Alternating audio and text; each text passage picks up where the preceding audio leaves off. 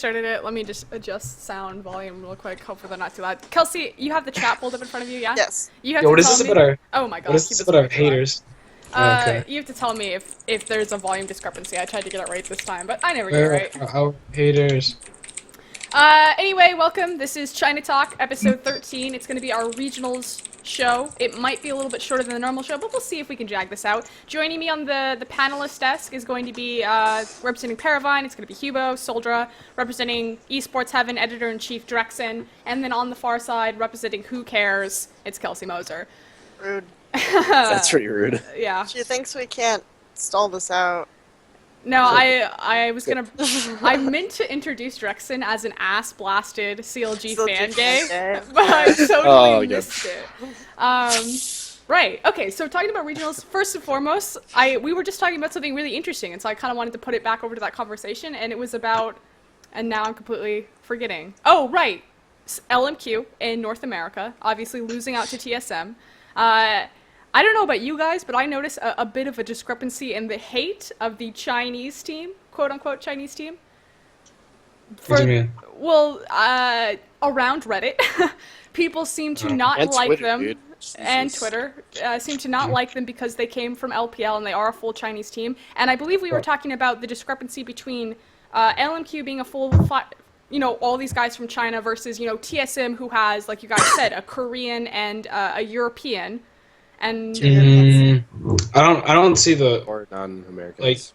more Wait, so- non-Americans than Americans. And I think Wild Turtle's Canadian too, if I remember he's correctly. Canadian. Obviously, he's and not Dyrus American. is not from the contiguous states, but that still counts, I guess. So you have Dyrus, you have Bjergsen. So amazing. you're saying why don't we give TSM the same amount of, or at least half the amount of hate as LMQ? I'm just curious I don't why. think it's so much that. I don't think it's not like it's non-North American. It's Western. It's Western versus non-Western, like Eastern. I feel like the Eastern players. I mean, am I wrong? What do you guys think? I mean, of course we have Helios and we have Lustboy. Yeah, no, but people like first of all, we have to remember that people showered LMQ with tons and tons of fucking praise. Like they're like, holy shit, this is like the true American team.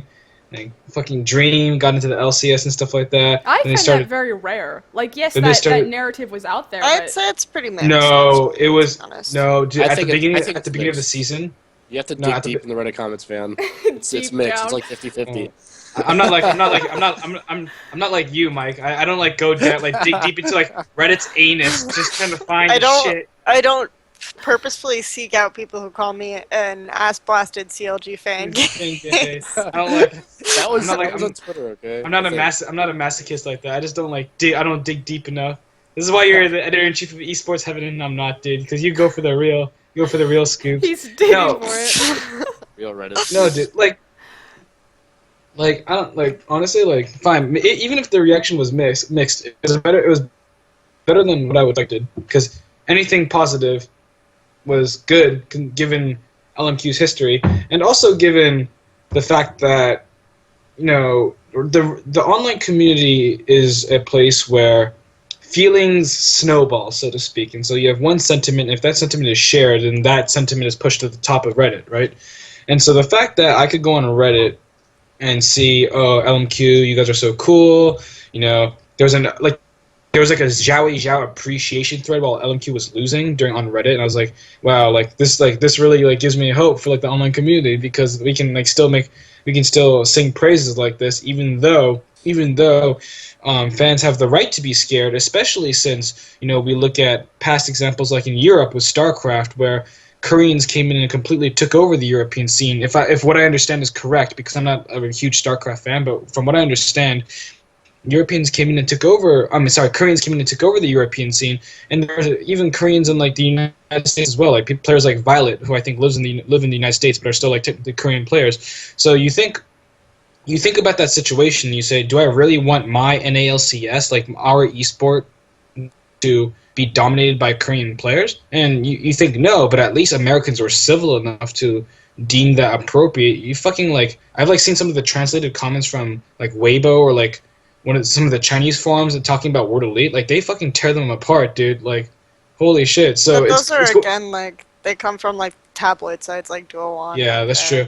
But then like you have that sentiment in every situation. And I think we've been very good about it. We've been very, very good about it. Like, but here's, as a community. Here's my question. So you brought up an interesting thread in the overarching idea that you don't want Koreans to come in and start just dominating every scene and becoming part of every scene. Why is that? Why do we not want Koreans in North America? Why do we not, like, why does that exist? Why are rules being implemented that you must have at least 3 Chinese players on a team for it to be considered a Chinese team? I think the thing is just that it's specifically related to the live audience having something to relate to, you know? And I don't know if that's like a racial issue or whatever, but it is a racial issue. That seems pretty racial. I think it probably is. I'm like trying to go around it a little bit, but like at the end of the day, I think it comes down to, I mean, because like if you think about it, the way LMQ got through, like, and while I will respect the idea that, you know, they have been largely accepted, and I've been happy with that too. And so, you know, maybe it's more the negative majority that have been, you know, not so keen to accept it. But I think it's minority.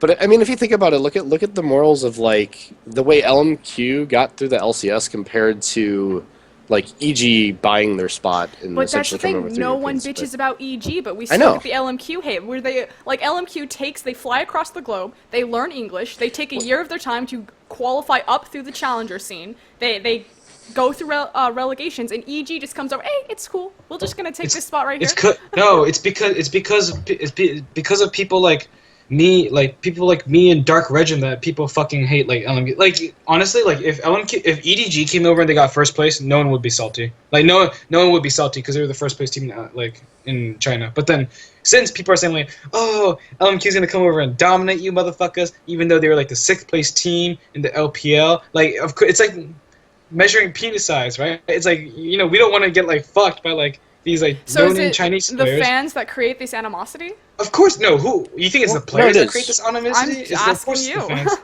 No, and also, it's not a racial thing. It's based on pride and region. Like nobody fucking hates on like Wild Turtle or like Scara because they're ethnically Chinese, right?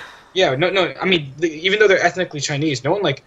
I've never seen like racist comments on Reddit against them. It's mostly the fact that they came from a region which is deemed better than which is deemed better than the Western regions, and they were a crap tier team in that Western region, and now they came to NA to seemingly get an easier shot at Worlds, and that doesn't sit well with a lot of people, especially since, you know, America's like the blue collar country. We're like the people that work for their stuff, and LMQ has worked for their stuff, but there's still that minority that can't really accept the fact that this Chinese team, you know, they don't want to compete in a stronger region, so they're going to come to the weaker region and try to shit on everybody. It just doesn't sit well with people, and I fully understand that. Like, it's not a huge deal to me, and it shouldn't really be a huge deal to us, in my opinion.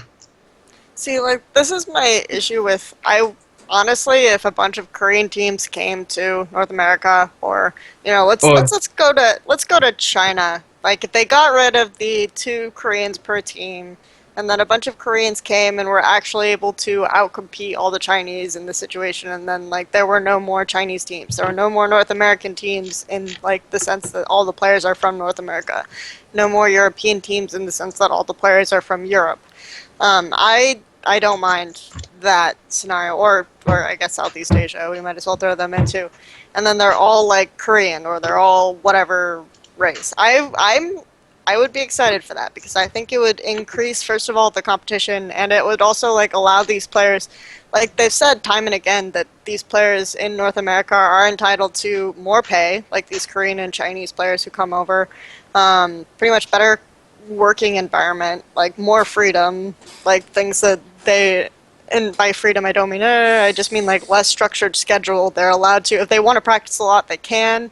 If they don't want to, whatever, they can go and have some. So you're talking about a quality of life change versus it's a free shot at Worlds. Let's hop on the train. Yeah, and just like the ability to make more money, just generally. Like we've heard about all these management crises, like especially with LMQ coming to the States. Like a lot of the management and stuff in China can be like sort of questionable. Like there was a recent issue with Positive Energy where they almost didn't get paid until like Sika made this huge, like, shitstorm all over Weibo where he was like, oh god, he was telling people that Positive Energy was trying to not pay them because they said, quote unquote, they didn't give it their best. They did end up getting paid, but the fact that that shit like happens, that they were trying to get away with that at all, is really ridiculous. Like, I don't know. Sure. I think that like having these players come over here would make me excited from that perspective.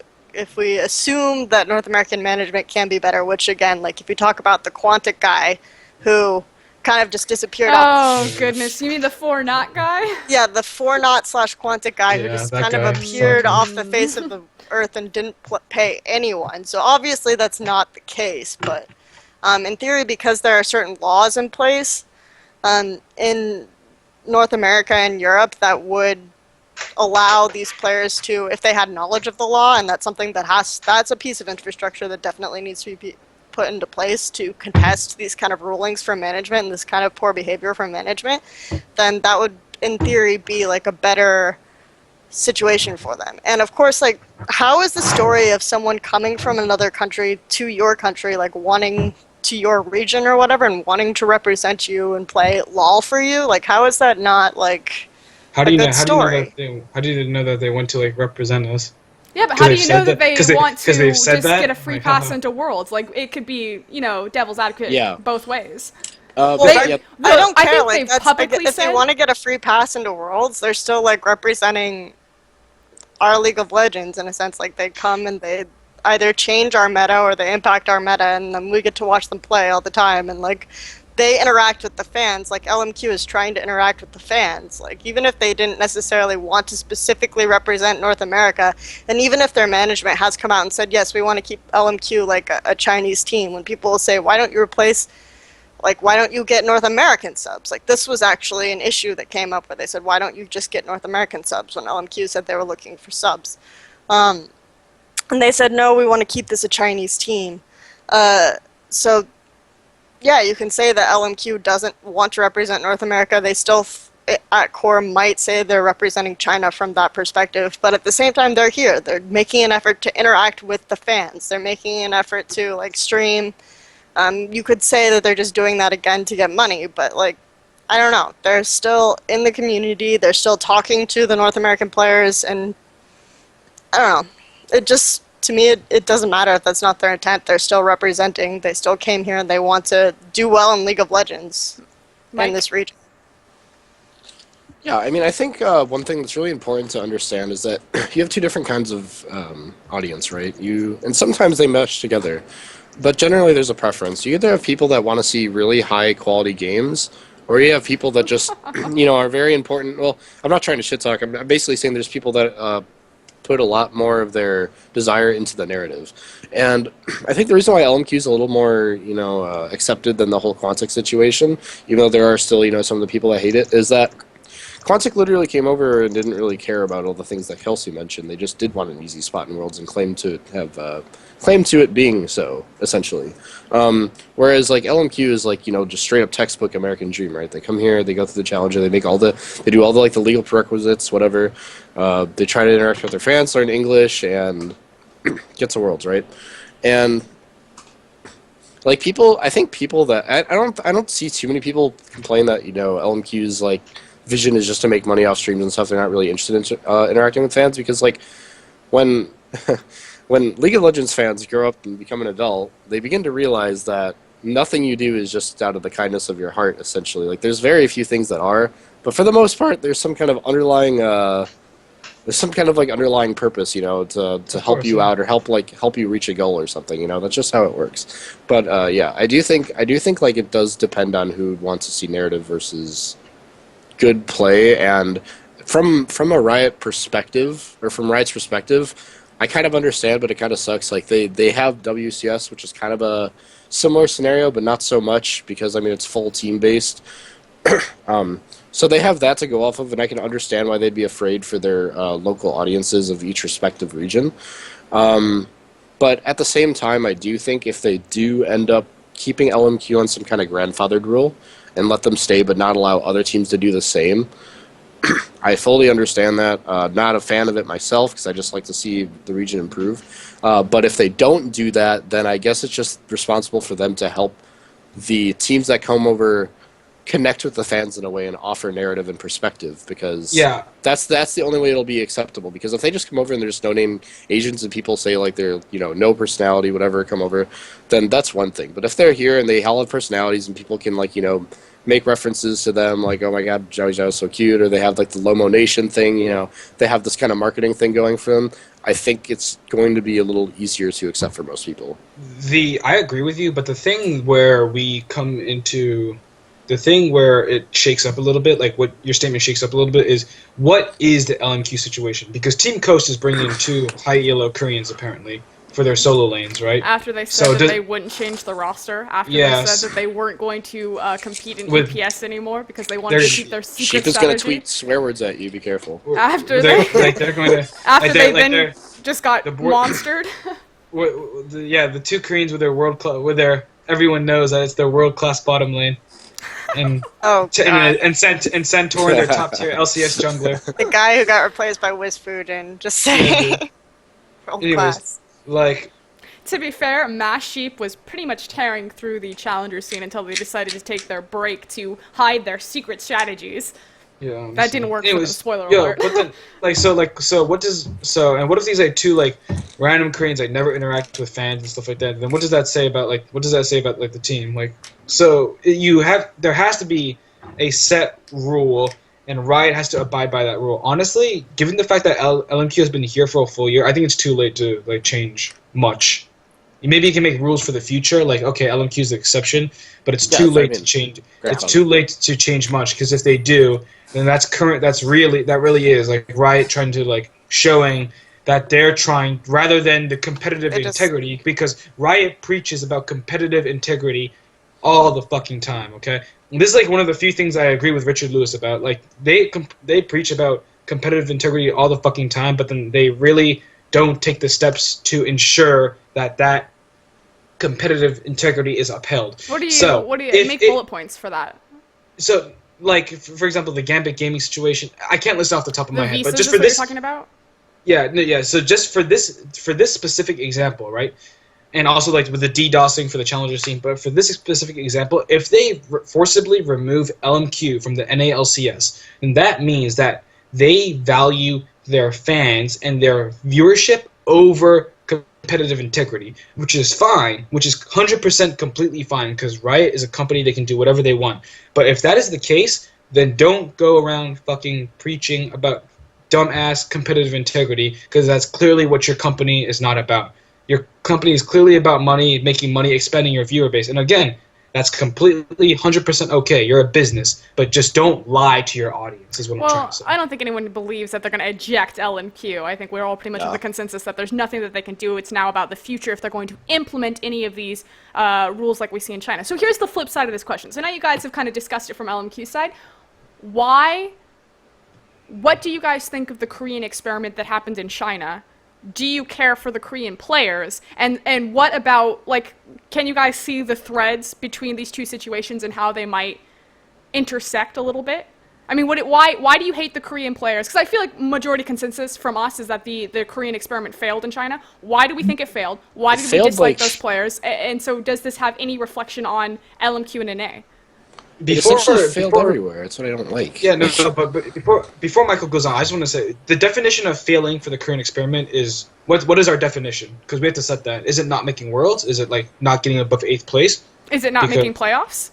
Is it not making playoffs? Like, what's the definition of failed? I think the playoffs is like clear cut bad, but I mean worlds is, I don't know. If you're gonna bring over Koreans, you probably are aiming for worlds. If these organizations like StarHorn World Club are implying to their fans that we have an easy ticket to Worlds because we recruited these Korean players, then anything less than that is a failure.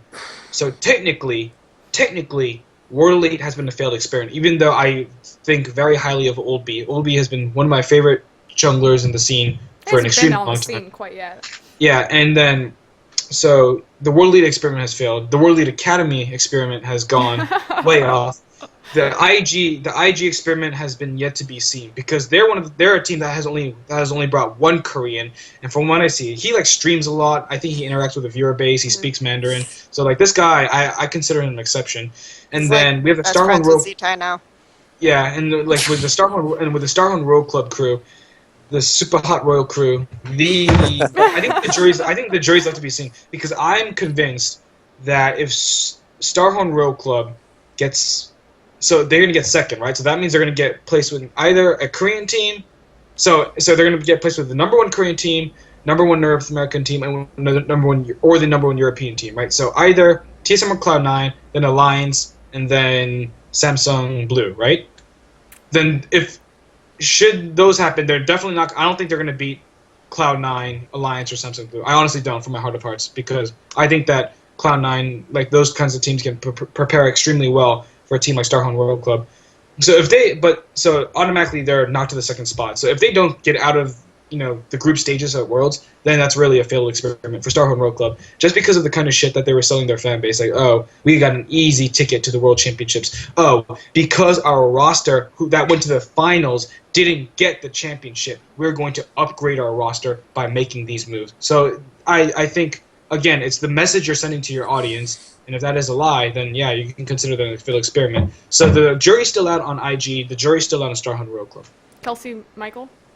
I think StarHorn Royal Club, like the standard that I think we can safely say that the standard that they've set for themselves, they won't achieve, and that standard, according to INSEC, is that he will consider staying in China if a StarHorn Royal Club makes the finals. I think it was of the world. It was either the semifinals or the finals, but either one, I feel is pretty unrealistic.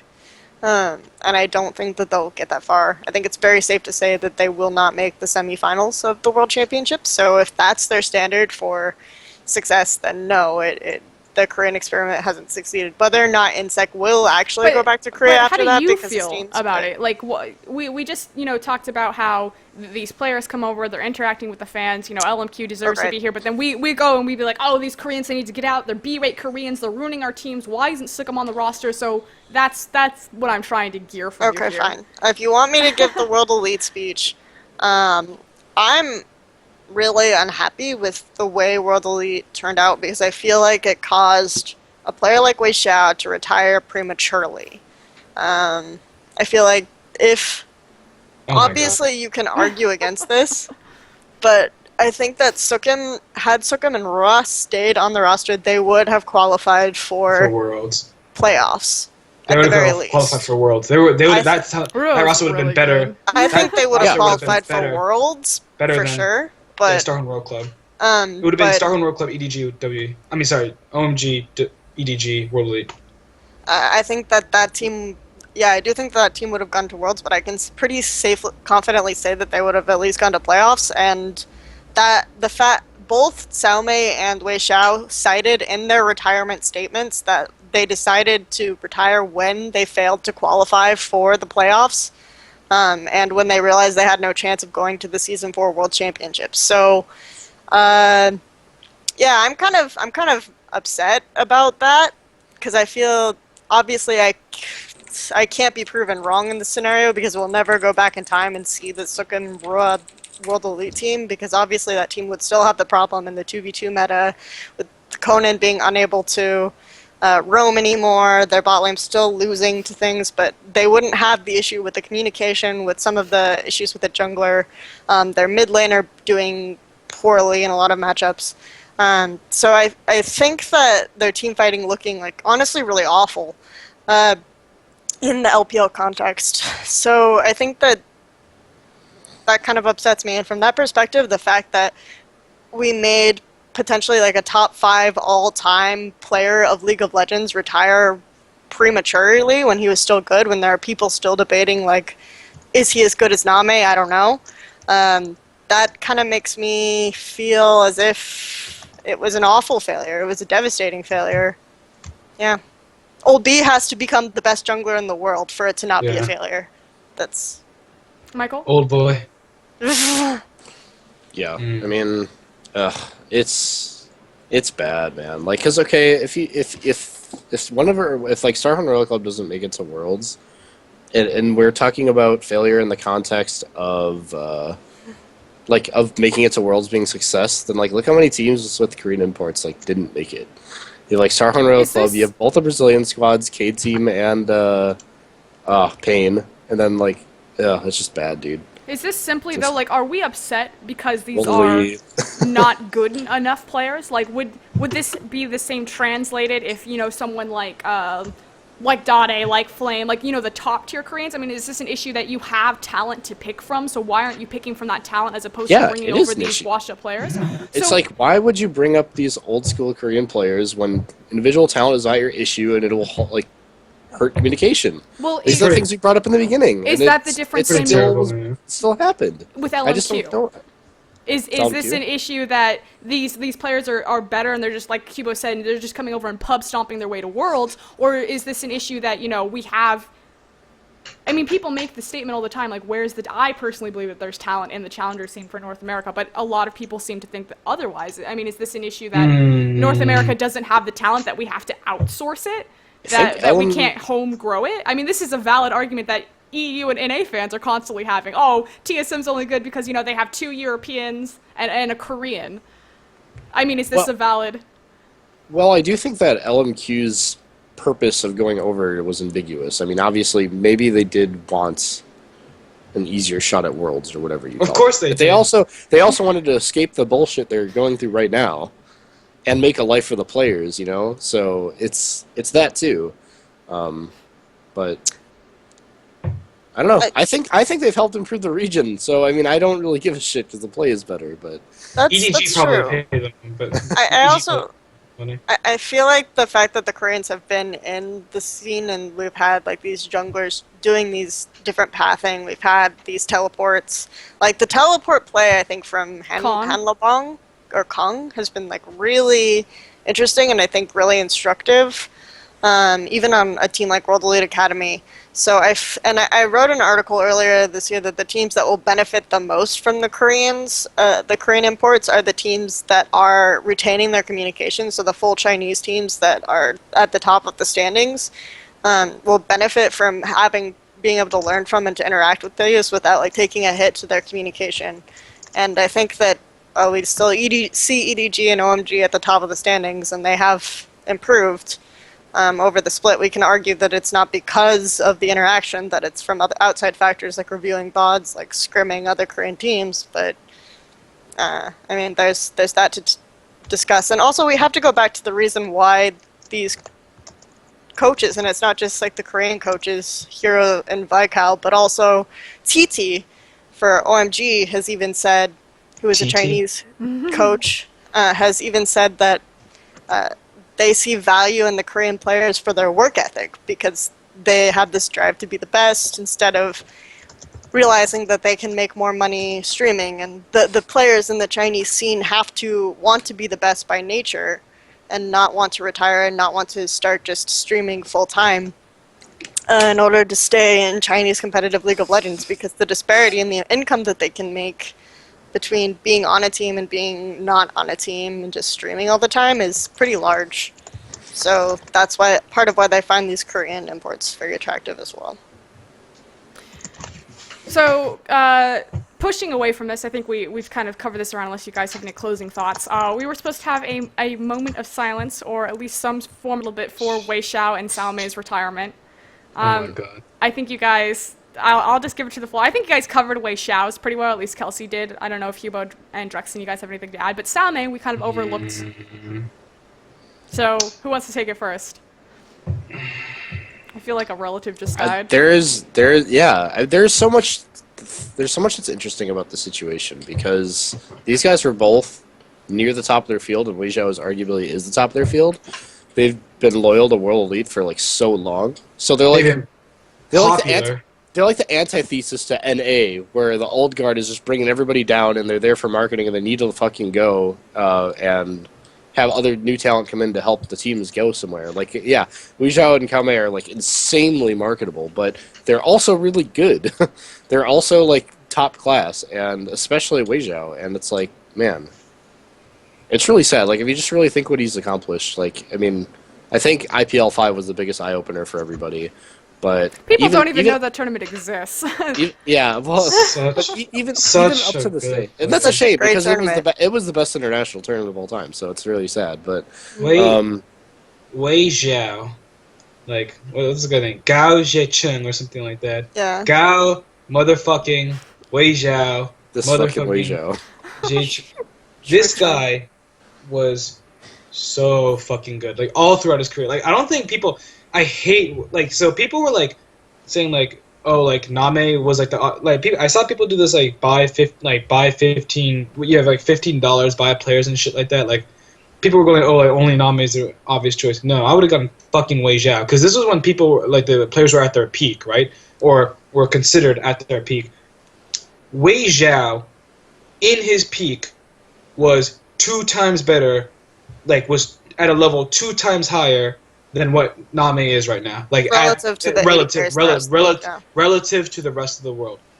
People don't really like and I love like the reporters and stuff like that, but like I never hear like famous people like Monty or Thorin or any of the other famous personalities like talk about Wei Zhao. Like people like don't understand like they must not understand how fucking good Wei Zhao was and how good he is right now. Like China doesn't have the attention. I think a lot of Western fans probably have zero idea how good Wei Zhao ever was. Wei Zhao was the best. He is the best. Like it's really hard to conceive how much he brought to the game, especially in IPL 5 and like the 6 months leading up to IPL 5 because World Elite had barely lost a tournament. Like it's fucking Wei Zhao, like I'm about to like tear because like Wei Zhao was like so good, and I like if like on that like list right there where they said like oh you can pick like players for I would have paid $6 for motherfucking Wei Zhao because that's how good he was. Like he could carry his team.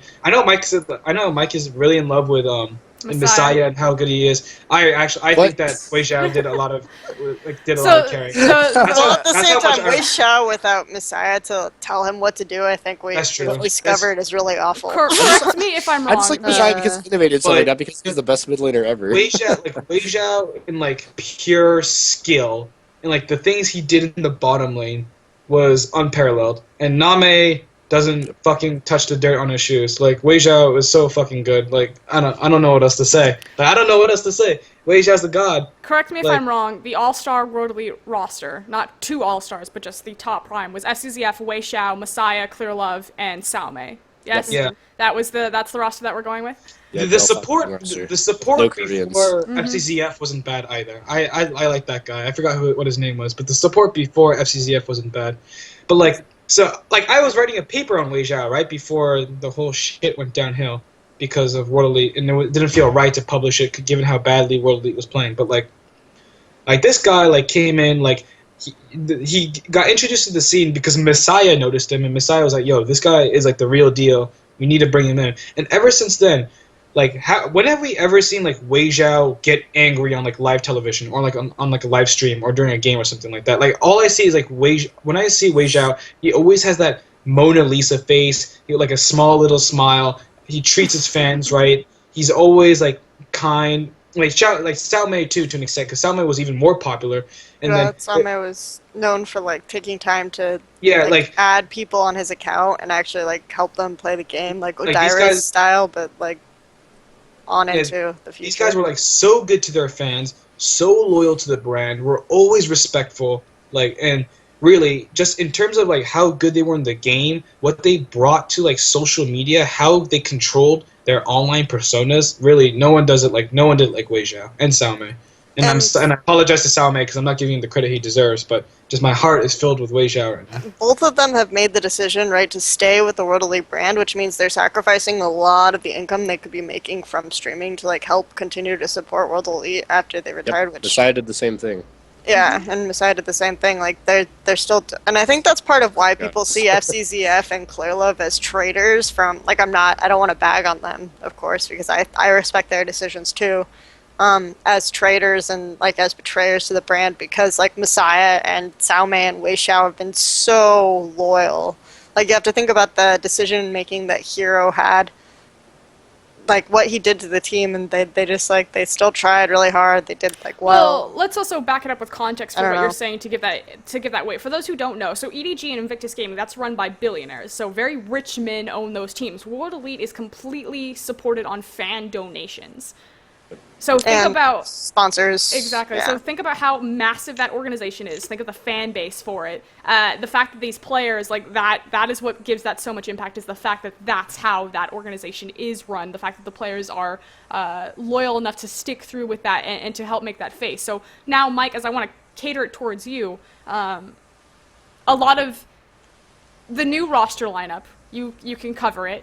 There's a lot of issue that you just lost the most popular player in League of Legends. Yes, he will stay on and he'll stream, but he won't be playing. We're talking about Sao Mei. Of course, Wei Xiao is the poster child, the brand of World Elite. How does World Elite make a successful comeback from this? They rely on fan donations. They're now bringing over more Prime Optimus Koreans. Of course, arguably probably the better ones this time around. Fucking Prime Optimus. That's true. They are bringing the better ones. I have a feeling they don't recover, and I say that because the only one I've really paid too much attention to in the entire roster is Old B, and like I just still don't think it was anything compared to the roster they had for Spring, and certainly like the thing is like, okay, Messiah was pretty popular, but Wei Zhao and Xiao Mei were fucking huge, and since this is like a fully team supported roster, it's like fuck. Like, what are people gonna like? There's no original identity to this team that's been dominating for like 3 years plus, and I just like okay, wait, like World Elite's throwing this whole new roster together, right? But there's rapidly improving infrastructure and team play and even upcoming LSPL teams from China. Like, where are they gonna place? Like, and who are they going to be better than? Because I wouldn't argue they'd be better than like even Young Glory or LGD. They're not gonna be better than King. Better than King, Young Glory, LGD. Like, think about that. Like, this new team gotten together with this Young Glory team that plays 7th is drastically improving their team play and just needs to work on mechanics and their AD player. I could see World Elite dropping out, like, legitimately. Like, that's a legitimate concern I have. Okay. If you think Old B can fucking carry like a scrub ass World Elite team, like if you think Old B can carry like Ninja and Conan, like that alone is like the hay that breaks the donkey's back. No one on that team is mechanically the best in the world. According to, in my opinion. Name the roster. Yeah, so according to Sukham's stream, like he's the old mid laner from the Spring roster that we were talking about, who was asked to rejoin the team and turn them down.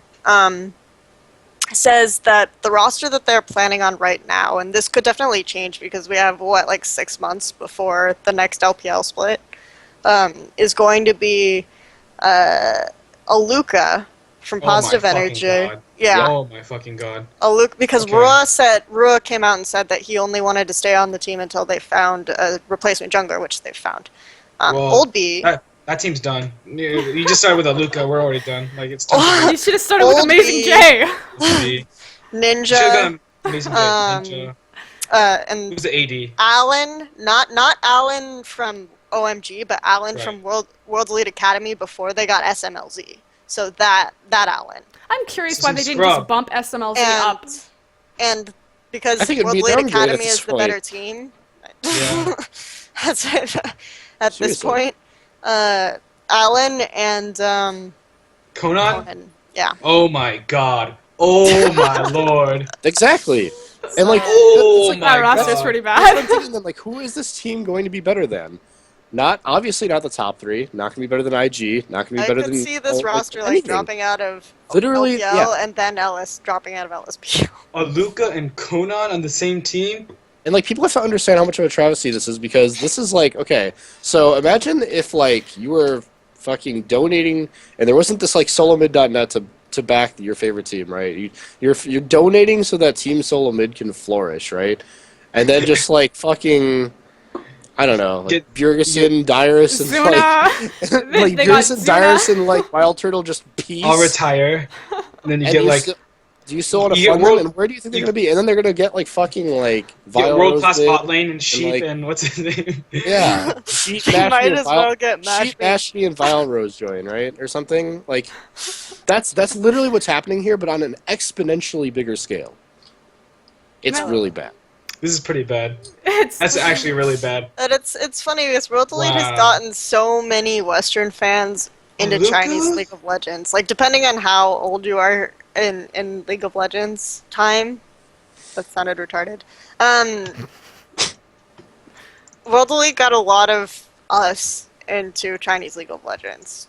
We'll go out and say that. So, like this was the team that was dominating in IPL 5 era and made a lot of people pay attention to China, even though China at the time was really, really hard to pay attention to because of the limited amount of English coverage. Unless you followed Drexen from GoToGamers.net. I was the only white guy watching in 2013. Leader of the multi-talented team. No English League of Legends coverage outside of like the few international tournaments. So yeah, nobody knew me last year, so basically it was just in the dark. I knew you as the leader of an international team of multi-talented writers. Dedicated to bring. Well, his resume, read it off. Building sandwiches or something.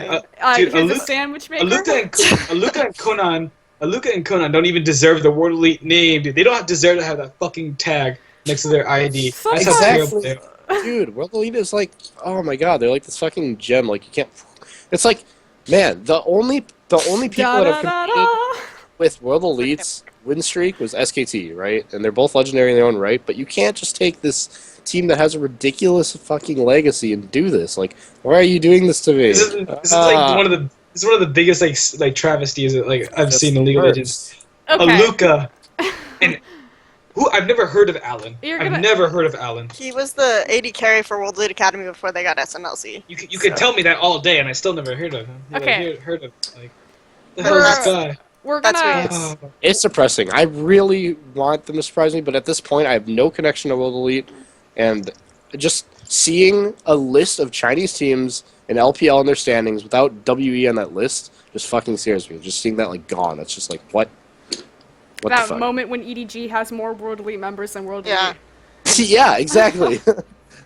Okay. Let's talk regionals since we're talking EDG. Because that was the whole point of this episode. We got sidetracked with we finally had a World Elite episode, guys. We did it. Congratulations. We talked about. I'm sorry, World Elite fans. We didn't mean any of it. By the way, World Elite is still the best brand. Yes. In the world. Oh my god. So Edward Gaming is confirmed for just to break it down. So the Worlds qualifiers has been drafted, so we know what the lineups are going to be. Edward Gaming is for sure going to Worlds, but they are up in the air whether they're going to get first seed or second seed. So That's first so things stupid. first. That's probably another best of 3 to get their first seed. With OMG. That's terrible. With That's I don't think it's that big of a deal, honestly. No. It's too. EDG's gonna win, but then EDG's gonna win, but still, like they shouldn't have to. They won the two splits. They should be able to have the first seed. That's such bullshit that they're not having the first seed. I mean, Could you say the same thing about the OGN summer season? Like, I don't honestly have that big of a problem with it. Meh. What I want to get into is I want to break down each matchup. So the first round matchup is going to be OMG versus Invictus Gaming. Second round is going to be StarHorn Royal Club versus LGD. So let's start IG OMG. LGD. No, IG OMG. About this matchup, like you have a win. 25% chance that we're gonna have a good game. I'm just gonna like the first game is gonna be good. Let's just throw that out there, like. Because you have about a 50-50 coin flip that either of these teams are going to show up to play. Like, let's be completely real. Invictus Gaming is probably the most random team in China. Like, or in the world, really. I wouldn't be surprised if they qualified for Worlds and then they ended up, like, not making it out of their bracket because they lose to, like, TPA and Dark Passage, but then they win against, like, Samsung Blue or something. I don't fucking know. I want to see IG. But like OMG has been super inconsistent, and you just watch them in their matches, and even when they win, they don't smile. When they lose, they don't look sad. They just constantly look like they don't give a shit, and they're just like playing random games. I want to see IG. It's just. I feel like whoever wins the first game is gonna win the series. I don't know. I don't think so, but. I want to see IG run TSM comps though. Because I feel like OMG is the more adaptable team, but they need more than a best of 3 to adapt. And why do you want TSM comps on IG and define TSM comp? Because from what I saw, because TSM comps have mostly been there are teamfight comps centered around having assassin at the mid lane. So you can have like Fizz or Yasuo or Zed at the mid lane, or even Ahri.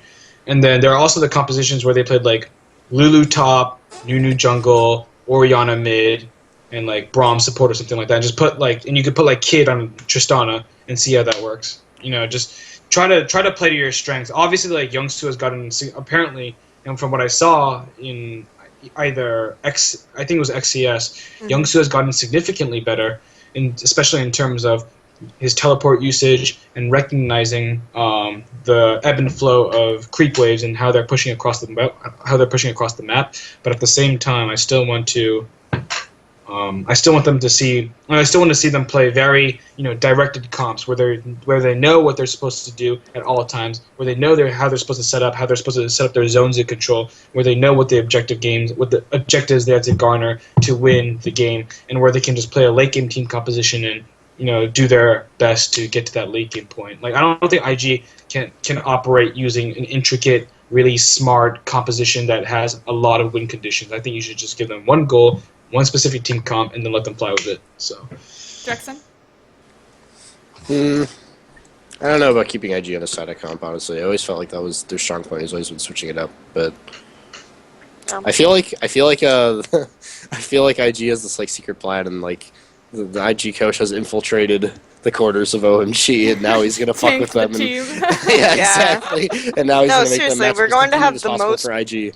random bullshit picks and bans phase because both of these teams have been tainted by TT. Like, oh god. On bans.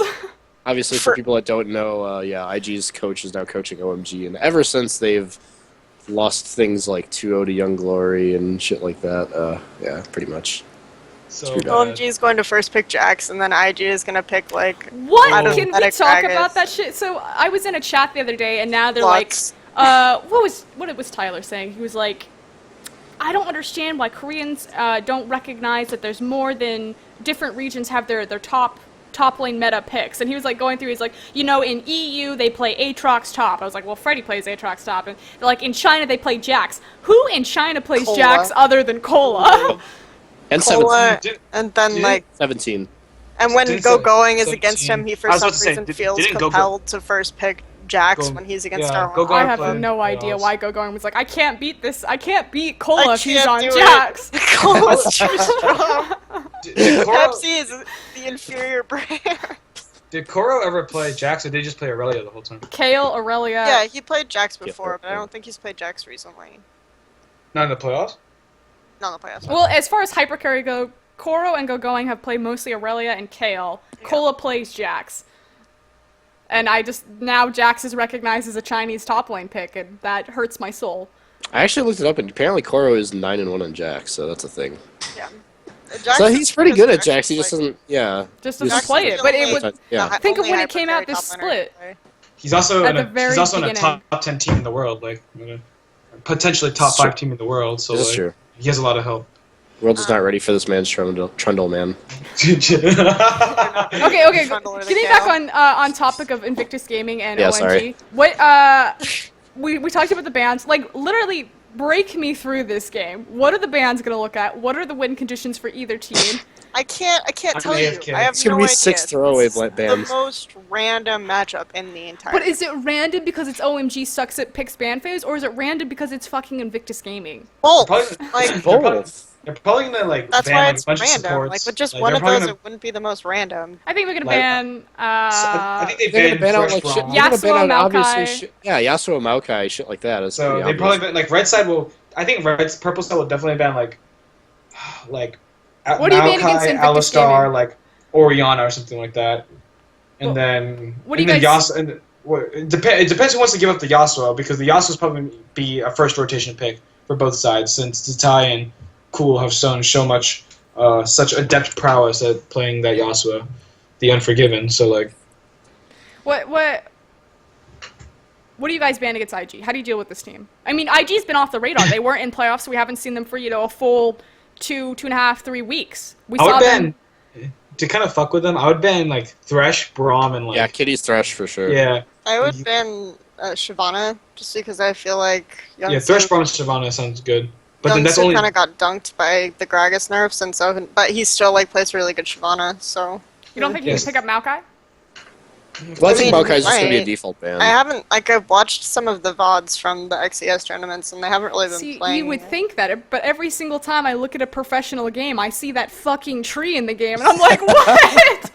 How did this happen? I just like want to say Tristana. that if you look at recent XES results, Invictus Gaming is the best team in China, and Edward Gaming and OMG are literally shit. So, because EDG and OMG have both gotten like 2-0'd and 1-1'd in XES recently, so. Well, the difference is EDG and Who OMG cares were about competing in XCS? playoffs, whereas IG was Exactly. just kind of tooling around. But So, now, like, I feel like we're hyping up IG because they did well in XCS, but at the same time, like, XCS obviously isn't the end-all be-all. we can't just Well, hype I them mean, up they, because they they're split Invictus. even with they split even in their last matchup with IG or with OMG as well, and that was an OMG that was looking a little bit better too. I feel. Yeah, compared that to- was. But at the same time, that same OMG was like one of the only teams that 2-0'd IG all split. So Well, That's Kelsey, let's think historically. What was the last time that OMG and IG met in a yeah, best of but series for playoffs? the last time Remind they me what met, happened. they met in a best of PDD 3. was They didn't playing. have Cool, and literally every other single time that OMG and IG They have had met in a Cool. best of 3 where they had Cool, OMG won. No, they didn't have Cool in the best of 3 series. They didn't have Cool in the best of, but they had Cool when they got into playoffs. It was his Nidalee Yeah, play and that the was 1-1. awful. Yeah, but that was like everyone agrees that that Cool is not the same Cool. Like let's be yeah. clear. Oh yeah. That's cool. But Yeah, I don't even want to predict. I don't really care about that series. I think Ooh, rude.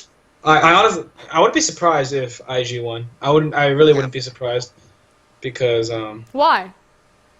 we just haven't seen. No one's like seen them in a long time. Like Are we And nobody- riding OMG into the ground? Okay. Well, what I'm doing is I'm looking at how I sadly IG feel like plays OMG when it has a- matters, and then I'm looking at OMG's most recent performance in in like one of the most important games in their careers, in best of threes. and I'm just like, okay. And if you OMG look at isn't the gonna make historical, worlds. if you look at the historical playoffs between IG and OMG, and then you look at how IG like has been playing compared to OMG relatively to like playoffs, like yeah, I don't know, man. I just don't see it. I could be completely wrong. OMG decides to show up as a different team. Like, Okay, well, let's like I assume- said, the only best of 3 where Invictus Gaming has ever beat OMG was the one where they had Shiyong. So that a 7 to carry like no other. Well, now they have Dada 7, so who's... Although they they've will have actually beaten Xiong. IG like the most recent Wait, best of will 3 that Xiong be playing as their support for the regionals? besides no, Or will it be Xiong is Dada not 7? gonna Xiong is not gonna join the team until after Worlds. Okay.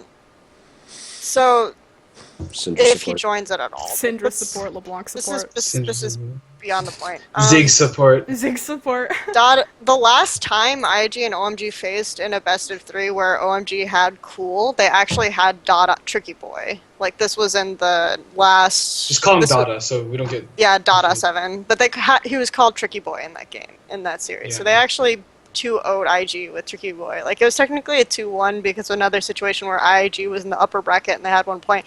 No one cares. They 2-0'd Invictus Gaming with Dada 7, like this exact same lineup. Of course, IG had a different lineup. They had PDD at the time. Okay. Give me But a no one across the board. cares.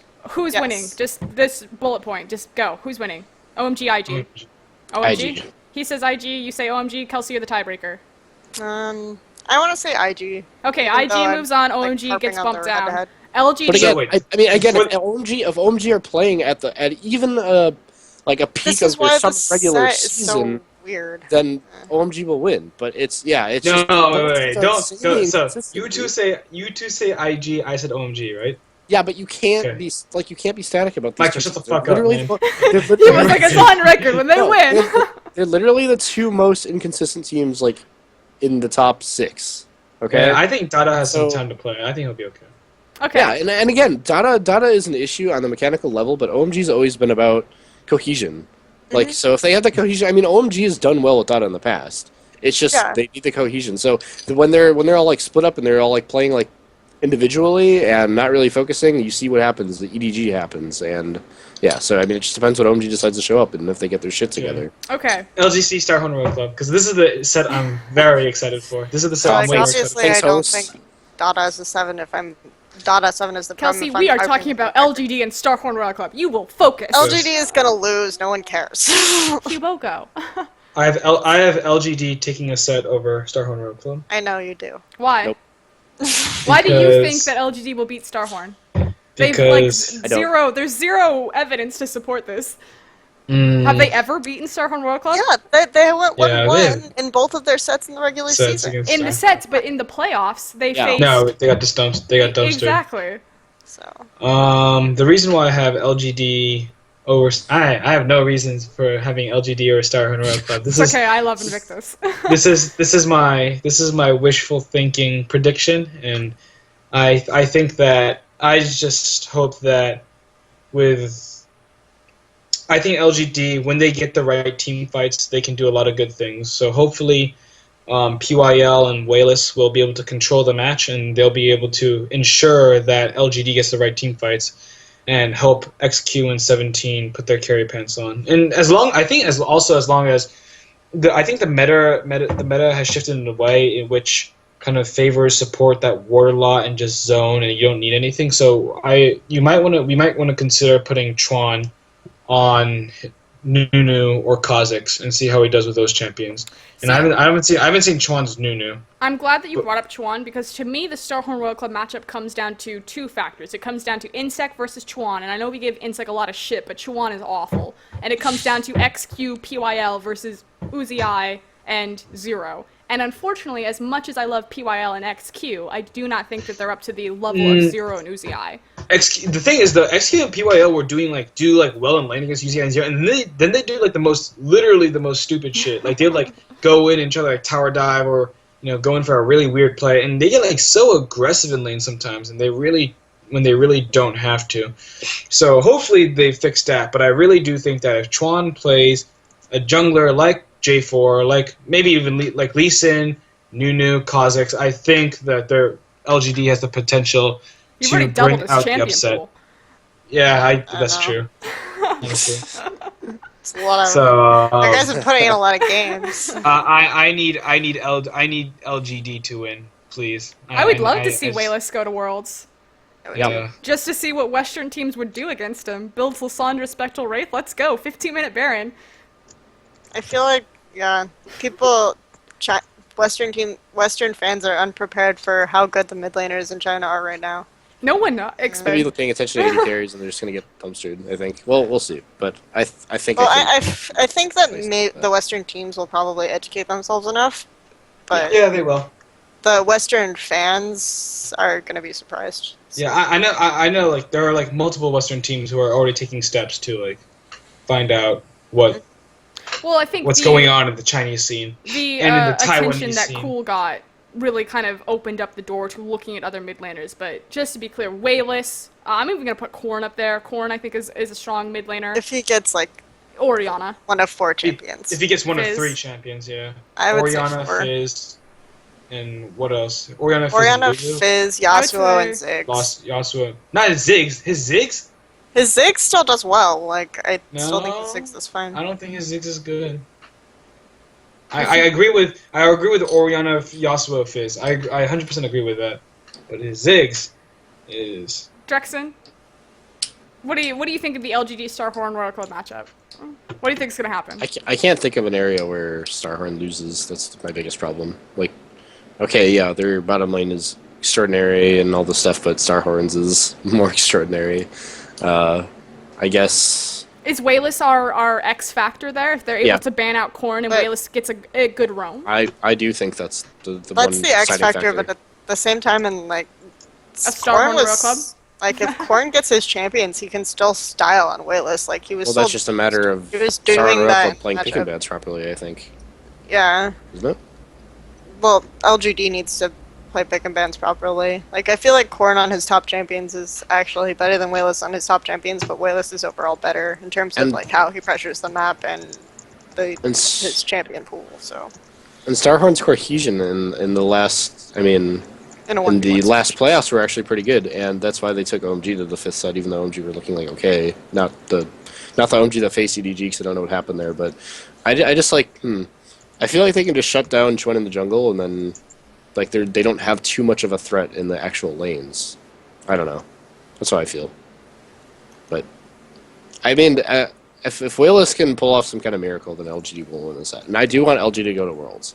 I wanted LGD to go to Worlds so bad. I want LGD to I go to can't Worlds. I can't see like if I weigh up like a positive and negative, like I can't see a list of what StarHorn can do worse than LGD enough to warrant LGD to win a best of 5 set.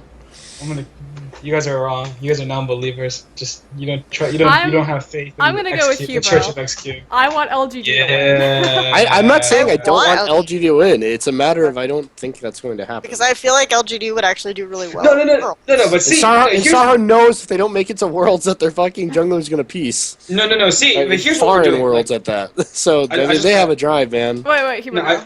I just want to turn this point around. Like, see, here's what we're doing. This may not be like true for you guys, but one of the reasons why I do want to see StarHorn World Club like not go to Worlds is because I want to see the Korean experiment fail, and I want to have a Chinese LCS. Oh, yeah, me too, dude. No. Even though I'm not even Chinese, even though I don't have like that many connections to the LPL, I want to see the Chinese teams win. Because they're from the Chinese LPL, I want to see them represent their country, which is a little bit funny. And now we've gone full circle back to LMQ. No. This is what I'm saying though. So like back to the original point. I don't blame NA fans for wanting to send NA teams to the theoretically NA teams that have had a large history of branding within the North American region. I don't mind sending them to the World Championships. This is originally what we're talking about, and I think it's 100% valid. No reason to flame anybody for even though they don't word it correctly or have exacerbated opinions. No reason to hate on anybody for sharing that kind of sentiment. I think. And cut. Okay, so I think majority thinks that StarHorn Royal Club will move on. So now we have Invictus Gaming, StarHorn Royal Club moving on. Let me bring up the brackets to see what happens next. So it will then be StarHorn Royal Club versus Invictus Gaming. Whoever wins, effectively, if you win 2 sets in a row, you're guaranteed the spot into Worlds. You earn it. Invictus Gaming, StarHorn Royal Club. Who wins that? StarHorn. Again, Invictus Gaming. Again, I'm going to contrast what I want versus what I think is going to happen. Obviously, I want IG. I've wanted IG to be successful for so long, but I'll go ahead and say that I do think StarHorn Royal Club will take it, but I don't think it'll be a clean sweep by any means. I think it'll be very close best of 5. I hope. I hope to God, please. I think... What is IG's X factor? Where, match me up with the puzzle pieces. Where does StarHorn win? Where does IG win? IG wins by Zitai either pulling out some crazy maybe playing a real champion, but maybe not playing a real champion. And then I feel like IG's bottom lane is really undervalued. Yeah, man. Their bottom lane is really strong. Kitty's fucking sucks. And a 2v2, Kitty's is really good. And I feel like Kitty's actually... Oh, that's true. In a 2v2, Kitty's is solid. That's true. And Kitty's also, I think, is one of the few players in LPL who understands, gets disengaged at all. So. But then I don't know. I don't think his team fighting is that good. I think his ability to play Nami is actually going to help a lot in IG. But thank God we're not in the last meta where Kitty's had to run because he was terrible then. And I still don't think he's a very good support. Conan's 2 weeks of brilliance. Yeah, Conan and Kitty's literally. Kitty's is also a really good Thresh. Yeah, he plays Thresh, he plays Nami, I think are his 2 big, and Braum. He can play Braum. Just like Zero. So you're thinking what, Mike? You're saying that the unexpected matchup will be Kitties versus Uzi and Zero? No, I don't know. I don't think they'll win that lane, just because... Uzi's gonna stomp that lane. I do think so. Well, we're talking about IG versus OMG, right? So. No, we're talking about IG versus StarHorn versus IG. You guys already kicked OMG down to the losers bracket. I thought okay, fine. Oh my God. I thought we were talking about where the specific semifinals teams won that we had picked. So. I don't think it's warranted because of the strength of the champion, but I do wonder if it's possible for Kid to pull an Ezreal ban because that's what I really want to see. You want to see him play Ezreal? I want to see him play I want to see him play so well that it warrants an Ezreal ban, and maybe opens up something interesting for Zitai or something. I don't know. I think that IG and StarHorn is just very, very close. Yeah. Actually, throughout the playoffs, they were the 2 teams with the most draws, or not the playoffs, the regular season. So they had the most 1-1 splits, and there was actually kind of a wide gap where they had a lot of 1-1 splits, and of course, when they met each other, they split 1-1, and when one team won, it was always a stomp because like StarHorn can't half-ass anything. They have to like Fully lose snowball. or fully win. They have to snowball out of control, and then we saw this in their best of 5 sets against OMG, where OMG's wins were like much more tightly controlled, and StarHorn just won by pure snowball effect. Like OMG almost got back in like several of their games, and StarHorn just had struggled, could only close by like sheer brute force of the amount of gold they had swelling over their heads. Yeah. So. And I feel like IG is also a pretty snowbally team in that regard. Like, they need good leads. Though this has been less true this split. I feel like neither of these teams can close. Like, if I think about, like, a StarHorn Royal Club versus an Invictus so I feel this like game's going to be, like, a 15-minute game, or it's going to be, like, a 72-minute game. I feel like it's going to be one of those things where it's a stomp each game is going to be a stomp. That's it. Kibo, Michael? Yeah, I agree with Kelsey because yeah. IG and StarHorn Royal Club are both terrible teams from behind. Who wins? Who's going to Worlds? IG. IG? I want to say StarHorn will win. StarHorn? And I'll be very sad. I think IG wins that matchup too. Okay, IG is going to Worlds. How do you feel? They're I would fighting feel EDG really. No. Oh god, I would love in the that. best of 3 for first seed. Wait. I thought. No, I have. They have to win 2 sets and they go to Worlds. I have LGD, OMG, and EDG. But you just sent IG to Worlds. But yeah, you just sent IG to Worlds. But no, he said that OMG was winning the first set, so he's not drinking the gold. Oh, this is true. Okay, so Yeah.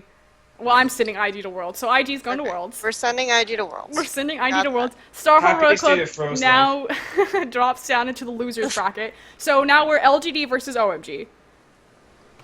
Give me a Oh quick my god. second.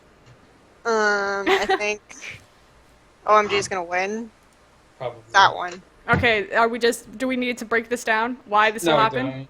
OMG has clearly shown that they're a very good team. I And I think don't they're better think than StarHorn OMG Royal has Club. lost to LGD in the history of that team. I think OMG is very clearly the number 2 team in China, and there's nothing to dispute that. I also think that LGD is the number 3 team in China, but it's not as clear cut, so that's why I have OMG taking a very easy set over LGD. So you guys think that LGD's only path into Worlds is they have to get into the winners bracket?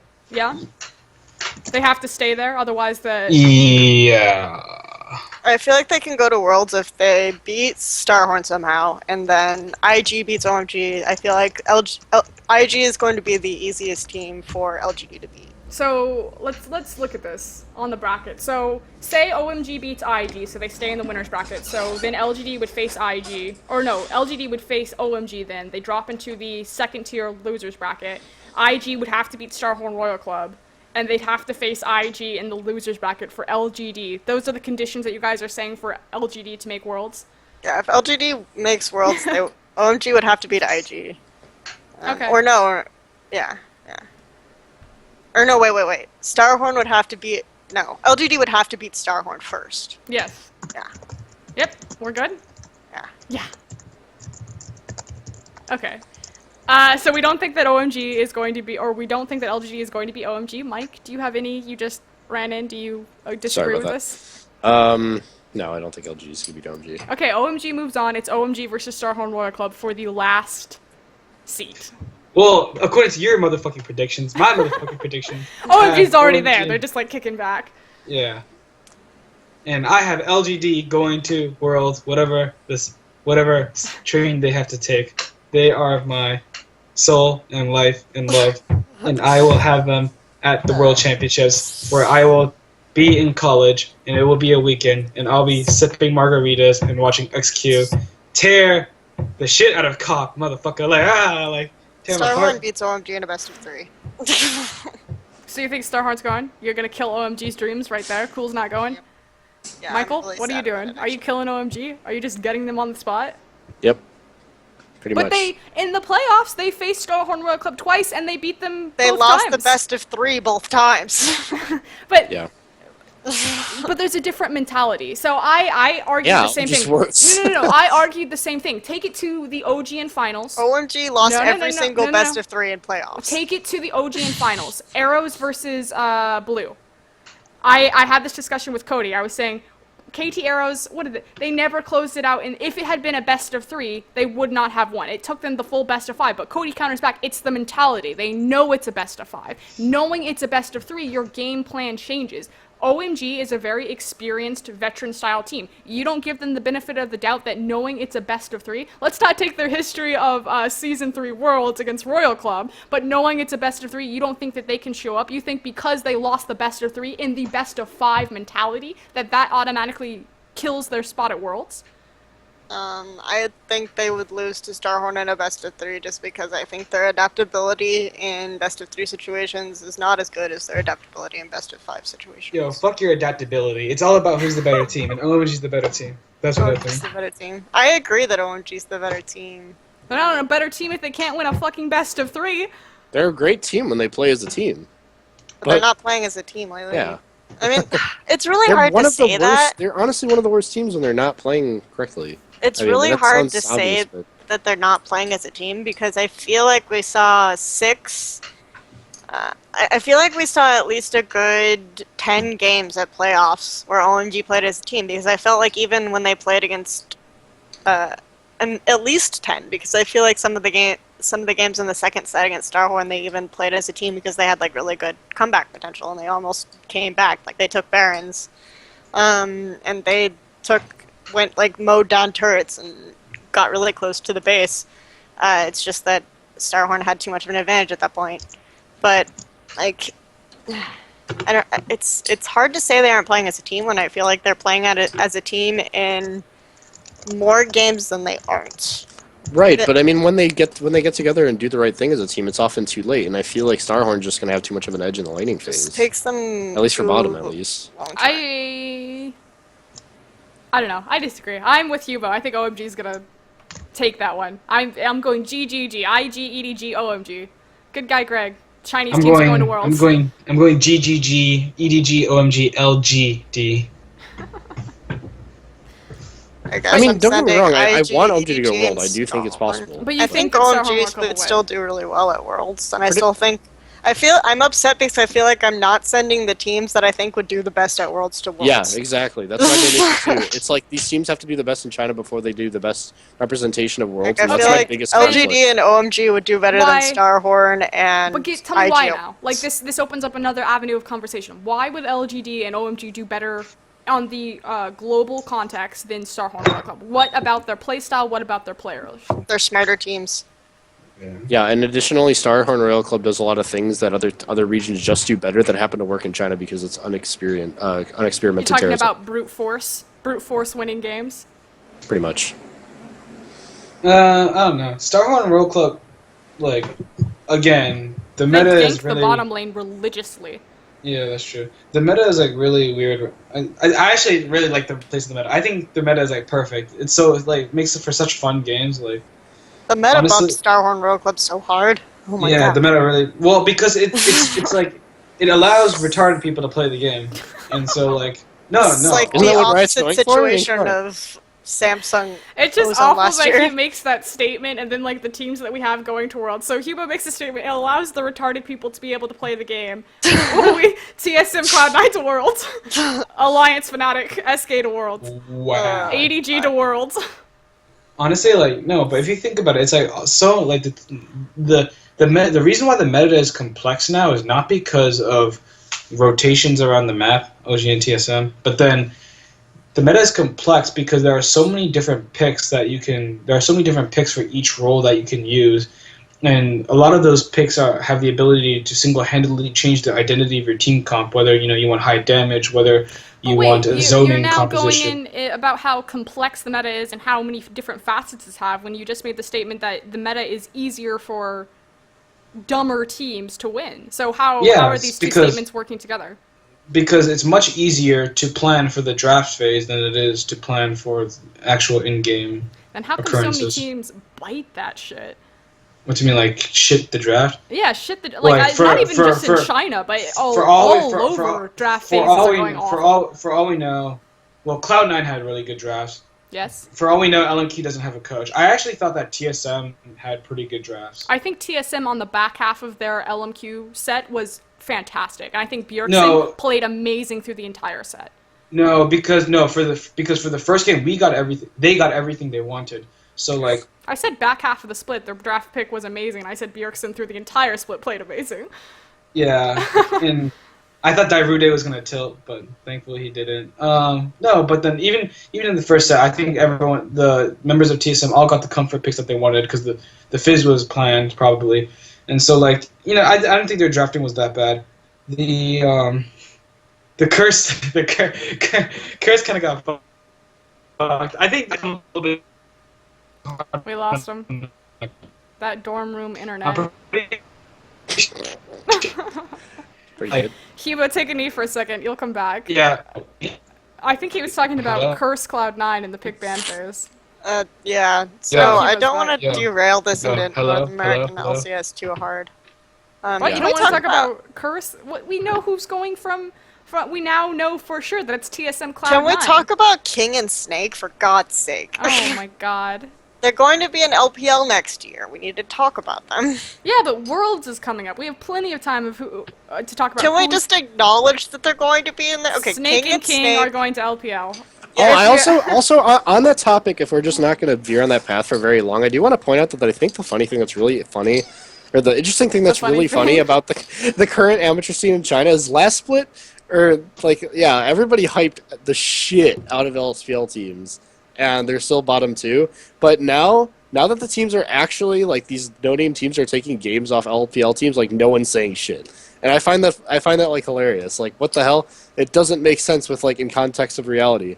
And I think it's kind of funny. And I'm not saying that these guys are going to go top 5, top 4, whatever. But at the same time, it's like they showed so much poorer play when they were so hyped up, and now nobody's even hyping these guys. And they're actually playing in competitions that put them up against other LPL teams instead of being just like in the theoretical situations. But you guys just ragged on the outside tournaments. The fact that if you look at outside tournaments, Invictus Gaming is the best team in China right now, instead of EDG and OMG. So I understand what you're saying, that yeah, they are given the platform and the stage, through Demacia Cup, through other outside tournaments to compete against these LPL teams. But we don't really know how that's going to shake up until the LSPL teams are in LPL. And the failure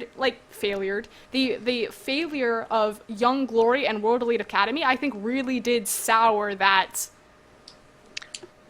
expectation. Am I back? You're back. I think that the Snake and King hype is at a much healthier level than the World Elite Academy hype was. Yeah. I think people are saying, they'll place like middle of the pack to like bottom to top of the bottom of the pack. Like I don't know if that's accurate or not, but I think they'll do pretty well. Like I think King can have the number 1 in the region in the top lane and support position, but their jungler is pretty grievous. I don't think their jungler is very good, whoever he is, for Team King.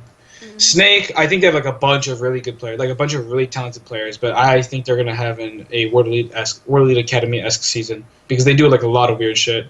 Again, the meta Snake is in a place where really immature team. Yeah, the meta is in a place that kind of favors teams like Snake that move a little bit more quickly, that like to fight a lot and stuff like that. Because from what I've seen, and they always put out niche picks that change the identity of team fights and zoning.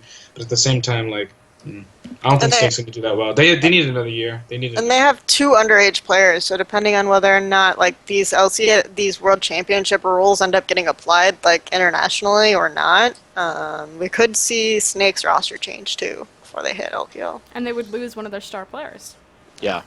2 of their star players, because their AD carry is people under pretty hyped too. Isn't their AD carry 14 or am I? Their AD carry is I think 16, and I think their top laner is the 14-year-old. Yeah. Okay, yeah, that's just insane.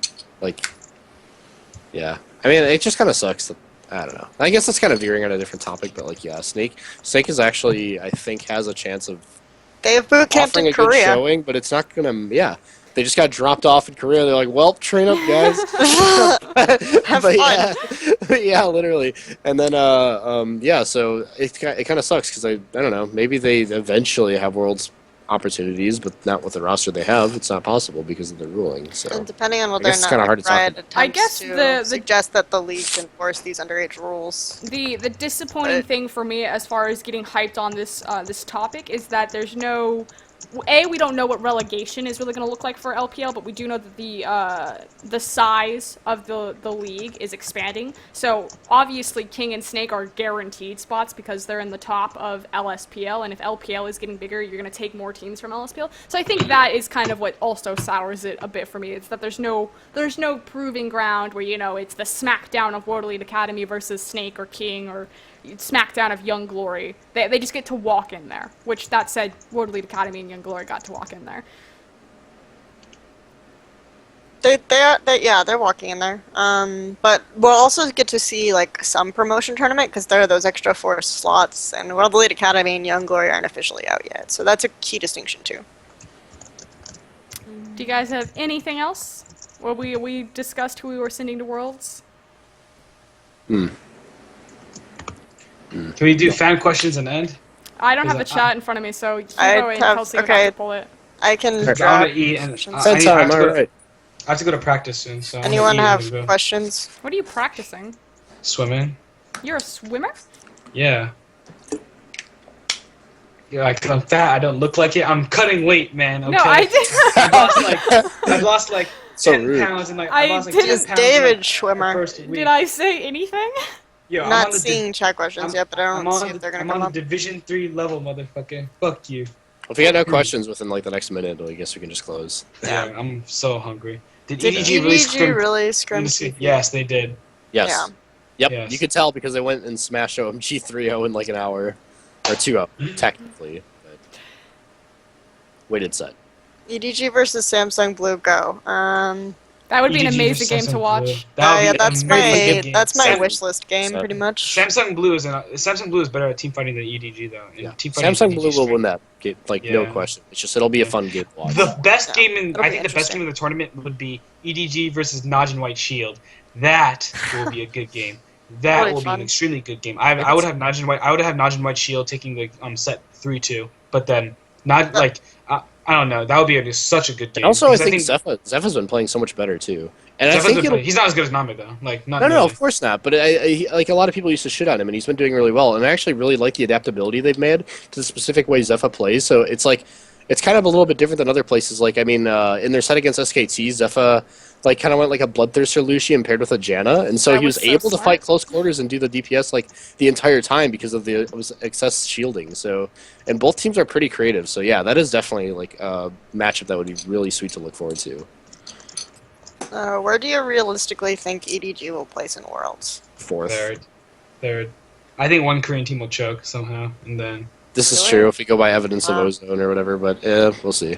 I think fourth It is depends fourth. on Six. team kills. I think is really important factor as well. Yeah, if And they're which Korean teams that EDG Well, faces yeah. on the way up. will there be and there might be Korean teams playing each other, like the Najin Black Sword, SK Telecom situation. So like like I in have- an ideal world, EDG will like in the best possible Win situation, 64 checks. EDG will Win Worlds. Win Worlds. yeah, Win! I don't know. I Win. will be in the finals.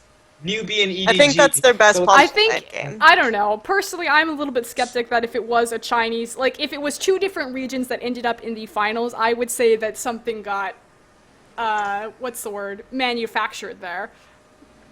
I think it's I think it's perfectly likely that we could get teams drawn and two Korean teams drawn against each other earlier in the bracket. Like it's happened already. Like I we know, had that but White Shield drawn that against to me feels really manufactured. SK Telecom, and we had the two Chinese teams drawn against each other. I don't think that was manufactured. I think it Well, was. if we're talking about manufactured in the terms of the best teams in the world not going there, just think of the fact that TSM's Yeah, I going know. to Worlds, but not SKT. Okay, There's so it's actually- already not the best teams in the world going. discussing Do you- in freelance chat, like all the slots should be for Korean teams, and then we could have like Yeah. one random qualifying team for the rest of the world. Yeah, this is a good question. For the tournament last to see who slot. rises up. Do you think Watch is the cutest player in OGN? No, I think the cutest player in OGN is My Little Pony. Cacao. No, Pony Hyung. Cacao is so cute with his Harry Potter glasses. No. I hear Pony Hyung told me he's making a comeback. Word. Anyways. Yeah, I can agree on much. This is a good question. Will NAEU teams be able to beat Chinese teams? I think that Cloud9 and Alliance are better than StarHorn Royal Club. Yep. I don't know about that. I think that might be bold, but none of them are better than EDG. None of them are better than EDG. EDG will like you know how like people like don't notice like ants like while they're walking, they just like kind of like step on them, but they don't like really see like ants crawling. That's what EDG will do to Cloud9. Like that's literally what EDG will do to Cloud9. It's gonna be brutal. It's gonna be very quick. Really good right I don't think EDG is so good right now. People are underestimating how solid this team is. This is a world championship contender. It's a world championship contender. I think EDG is slightly overhyped in the context that they've had like really awkward regular splits, right? So you can say all you want that, you know, EDG just didn't care for the regular split. They were just like trying things out, seeing how far they could push themselves. If Clearlove didn't focus, you know, that stuff. They just barely ended last like they pretty much can thank Young Glory for ending the last split of LPL regular season in first place, and they didn't win a single game in the regular LPL season against OMG in spring. So like I'm not saying that OMG is a better team or is as close to EDG as is in some way like super close to EDG. I'm just saying that EDG has inconsistencies. But okay, we still don't know. Like with that said, no. Calm down, OMG fan gay. No, I'm not. Ass blasted OMG fan gay. How am I being an OMG fan? No. I acknowledge that EDG is a better team. No, I like, want you to acknowledge format. something like this. EDG's performance between their split and their playoff was night and day. That was but I'm saying different team. that means like we can't just say, oh, okay, he only chooses to actually care during playoffs. Like you can say that, that's but not I think caring. that's preparation. It was so apparent that EDG paid attention to the finals, that they were looking at KTRs, that they were looking at Samsung Blue, that they were looking at how to improve their warding, and they. In the span of a week, just over the playoffs, EDG became a world-class contender. Previously, before that, I would say, you know, OMG, it's very close, it's very wishy-washy. This isn't an issue of, you know, not caring or caring. This is an issue of preparation and Aaron kicking them in the balls. You can say that all you want, but Clearlove literally didn't gank during the regular season. Like, he literally did not gank. But I'm talking about recent performance. The funny thing was, I spectated Clearlove during a solo queue game in Korea. He's pretty good. Like, he actually he gets aggressive. He's always been good in solo queue. I don't understand. His solo queue scores are insane, but no, not his solo queue scores. His solo queue team. I don't put a lot of stock in scores. Even in their playoff games, like even in their playoff games, I still see like glimmers of the problems that EDG has, which is that Clearlove is literally their only playmaker during the early game. So for whatever reason he has some problem, then EDG has a huge issue that they might not be able to overcome against like a really strong team. I still think they're going to beat Western teams like really hard. I just think that EDG is slightly overvalued, and like we've been calling them. I think someone's even said the word perfect during the show, and I don't think I don't think anyone has called them perfect. No, I'm pretty sure we stand. Soldier said that they played perfectly in a set or of some kind. Yeah, and probably in one. I don't know. EDG played the meta perfectly. There you go. Their OMG final set, I think EDG played those games perfectly. That 22-minute surrender, that was played perfectly. I've been like literally the biggest stomp in any playoffs I think in like history. I invited like a bunch of like people who like work in LCS who like right in the scene. I was like, yo, come watch this EDG team because they're the real deal. And they're like, yeah, this EDG team is going to come fourth at Worlds. Yeah, EDG is good. I think they're going to come fourth at Worlds. I don't think that they're like some godly team. Okay, so we think that the Western Yes, they are some godly team. Because there's glaring errors in their jungle and mid lane. But I mean, if they can work those out, holy shit, really. But they've had like an entire year. I want to kick it down to the other team. So if we assume that... No, let's end. I'm so hungry. Oh my god, fine. We're done. He's hungry. Hey, can we please have a moment of silence for the most pained fans in the universe this year, which are CLG and World Elite fans? Yeah. Big Mozzie EUS. We're all gonna need to get some therapy. Soldier would like you to donate to his most pained fan cause. Yeah, dude, honestly. CLG. Donate Cubo's sandwich to Drexel. Do you guys have shoutouts? The most epic rotations. The epic rotation. Okay, Kelsey, go. I want to thank again all of the people at Twitch who have been really awesome. Garvey, Gunrun. Twitch Studios in general, for helping us out with the LPLen stream, the beautiful stream that you're viewing. I want to thank Felon and Dark Regim, as always, for being really nice to me and giving me some information on China, because I can't read Chinese, and therefore I'm a noob. I want to thank the lovely panelists with me. I want to say that my China regional thingy is on Lolly Sports, the regional guide, Survival or whatever. guide. The survival guide is on It's a LOL good- Esports. It was on the client, too. So if you guys haven't seen that, I also want to say that over the course of the week, I'm going to be coming out with, the plan is 4 articles to prep for regionals. 2 on Gamers and 2 on LOL Esports, so look for those. It might be ambitious, it might just be 1 on Gamers, but... I might just get one of the 4, but it'll be good. No, it might just be 1 on Gamers and 2 on LOL. Oh, okay. Yeah, Okay. that might just be 3, not 4, but... That would be pretty funny. So watch out for those. Also, Druxin made a beautiful article about CLG. Yeah, that you should read on Esports Heaven if you're a CLG fan. It's actually a terrible article. I read it. Didn't show that he was the leader of a multi-talented team of experts on the League of Legends scene who will stop at nothing to provide the best esports content and make the best sandwiches.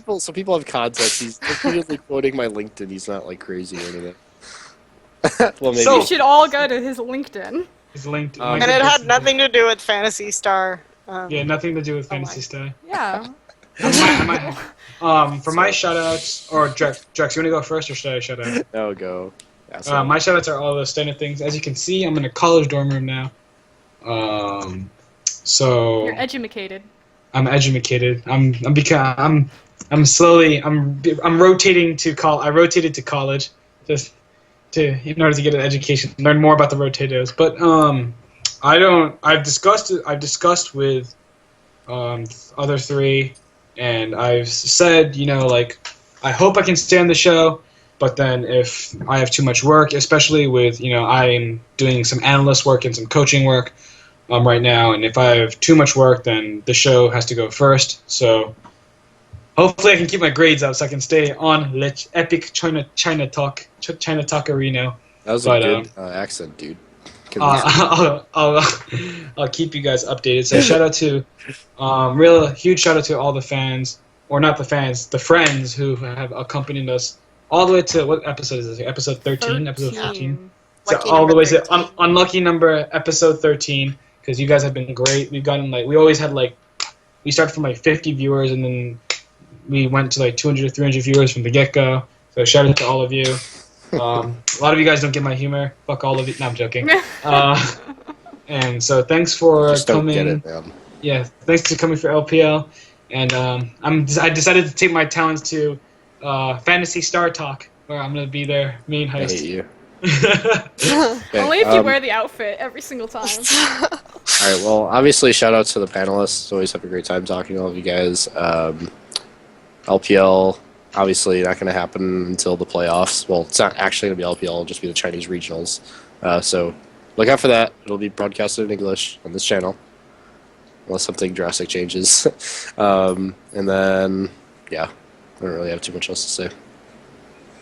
Then it leads to me. I think that's the end of the show. Shoutouts again, just huge thank you to Twitch, Garvey in particular, and Gunrun for everything that they've done for us. I know Twitch got in a little bit of a sticky situation there a few weeks back, but I think we've been pretty supportive of them through the entire time. And what Twitch and On Gamers have done just alone as companies for the exposure of LPL has been huge. So huge thank you to all those people. Otherwise, guys, wave. I'm gonna turn off the show. Wave, Hubo. Thank you. Sentiment is shared, and that sentiment is pushed to the top of Reddit, right? And so the fact that I could go on Reddit and see, oh, LMQ, you guys are so cool. There was a Zhao appreciation thread while LMQ was losing on Reddit, and I was like, wow, this really gives me hope for the online community, because we can still sing praises like this, even though fans have the right to be scared, especially since we look at past examples like in Europe with StarCraft, where Koreans came in and completely took over the European scene. If what I understand is correct, because I'm not a huge StarCraft fan, but from what I understand, Europeans came in and took over. Koreans came in and took over the European scene, and there are even Koreans in like the United States as well. Like players like Violet, who I think live in the United States, but are still like technically Korean players. So you think about that situation. You say, do I really want my NALCS, like our esport, to be dominated by Korean players? And you think no, but at least Americans were civil enough to deem that appropriate. You fucking like I've like seen some of the translated comments from like Weibo or like some of the Chinese forums and talking about World Elite. Like they fucking tear them apart, dude. Like holy shit. So but those are again like they come from like tabloid sites like Duo One. Yeah, that's true. But then like you have that sentiment in every situation. And I think we've been very good about it. We've been very, very good about it. Like, but as a community. Here's my question. So you brought up an interesting thread in the overarching idea that you don't want Koreans to come in and start just dominating every scene and becoming part of every scene. Why is that? Why do we not want Koreans in North America? Why do we not, why does that exist? Why are rules being implemented that you must have at least 3 Chinese players on a team for it to be considered a Chinese team? I think. So you have Dyrus, you have Bjergsen, So you're saying why don't we give TSM the same amount of, or at least half the amount of hate as LMQ? I'm just curious why. I don't think it's so much that. I don't think it's not like it's non-North American, it's Western. It's Western versus non-Western, like Eastern. I feel like the Eastern players, I mean, am I wrong? What do you guys think? I mean, of course we have Helios, and we have Lustboy. Yeah, but people, like, first of all, we have to remember that people showered LMQ with tons and tons of fucking praise. Like, they're like, holy shit, this is like the true American team. Like, fucking Dream got into the LCS and stuff like that. I find that very rare. Like, yes, that narrative was out there. I'd say it's pretty mixed. No, it was no. Dude, at the beginning of the season, you have to dig deep in the Reddit comments, man. It's mixed. Down. It's like 50-50. I'm not like you, Mike. I don't like go down, like dig deep into like Reddit's anus, just trying to find shit. I don't purposefully seek out people who call me an ass-blasted CLG fan. I don't like. That was on Twitter, okay? I'm not a masochist like that. I just don't I don't dig deep enough. This is why you're the editor-in-chief of Esports Heaven, and I'm not, dude. Because you go for the real scoops. He's digging for it. Real Reddit. No, dude. Like I don't like honestly like fine. Even if the reaction was mixed, it was better than what I would expected. Because anything positive was good given LMQ's history, and also given the fact that the online community is a place where feelings snowball, so to speak, and so you have one sentiment. If that's started it, let me just adjust sound volume real quick. Hopefully they're not too loud. Kelsey, you have the chat pulled up in front of you, yeah? Yes. You have to what is tell this me... about our? Oh my god. What is this about our haters? Okay. You have to tell me if there's a volume discrepancy. I tried to get it right this time, but I never get it right. Our haters. Anyway, welcome. This is China Talk, episode 13. It's going to be our regionals show. It might be a little bit shorter than the normal show, but we'll see if we can drag this out. Joining me on the panelist desk is going to be representing Paravine. It's going to be Hubo, Soldra, representing Esports Heaven, editor-in-chief Drexen, and then on the far side, representing Who Cares, it's Kelsey Moser. Rude. That's pretty rude. Yeah. She thinks we can't stall this out. No, I was gonna. I meant to introduce Drexen as an ass-blasted CLG fan gay, but I totally missed it. Right. Okay. So talking about regionals, first and foremost, we were just talking about something really interesting, and so I kind of wanted to put it back over to that conversation, and it was about, and now I'm completely forgetting. Oh, right. LMQ in North America, obviously losing out to TSM. I don't know about you guys, but I noticed a bit of a discrepancy in the hate of the Chinese team, quote-unquote Chinese team. What do you mean? Well, around Reddit, people seem to not like Twitter, them. Dude. And Twitter seem to not like them because they came from LPL and they are a full Chinese team. And I believe we were talking about the discrepancy between LMQ being a full... all these guys from China versus, TSM, who has, like you guys said, a Korean and a European. And I don't see the or non-Americans. More non-Americans than Americans. Right. And I think Wild Turtle's Canadian too, if I remember correctly. Canadian.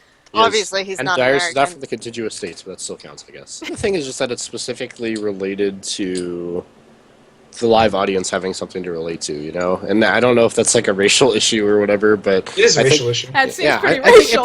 probably is. I'm like trying to go around it a little bit, but like at the end of the day, I think it comes down to it. I mean, because like if you think about it, the way LMQ got through, like, and while I will respect the idea that you know they have been largely accepted, and I've been happy with that too. And so you know maybe it's more the negative majority that have been you know not so keen to accept it, but I think it's like. Minority.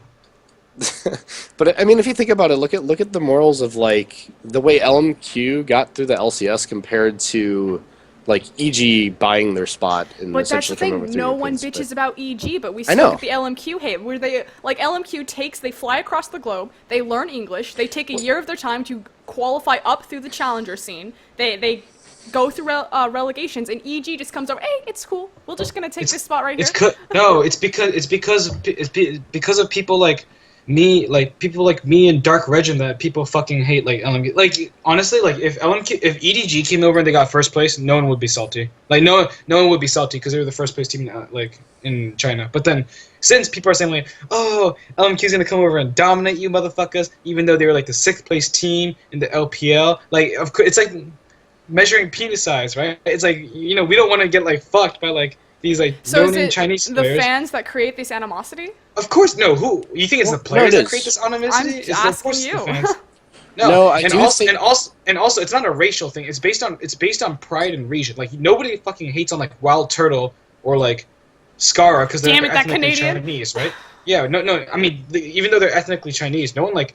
I've never seen like racist comments on Reddit against them. It's mostly the fact that they came from a region which is deemed better than thou, which is deemed better than the Western regions, and they were a crap tier team in that Western region, and now they came to NA to seemingly get an easier shot at Worlds, and that doesn't sit well with a lot of people, especially since you know America's like the blue collar country. We're like the people that work for their stuff, and LMQ has worked for their stuff, but there's still that minority that can't really accept the fact that this Chinese team, you know, they don't want to compete in a stronger region, so they're going to come to the weaker region and try to shit on everybody. It just doesn't sit well with people, and I fully understand that. Like, it's not a huge deal to me, and it shouldn't really be a huge deal to us, in my opinion. See, like, this is my issue with, honestly, if a bunch of Korean teams came to North America, or, you know, let's go to China. Like, if they got rid of the 2 Koreans per team, and then a bunch of Koreans came and were actually able to outcompete all the Chinese in the situation, and then, like, there were no more Chinese teams. There were no more North American teams in, like, the sense that all the players are from North America. No more European teams in the sense that all the players are from Europe.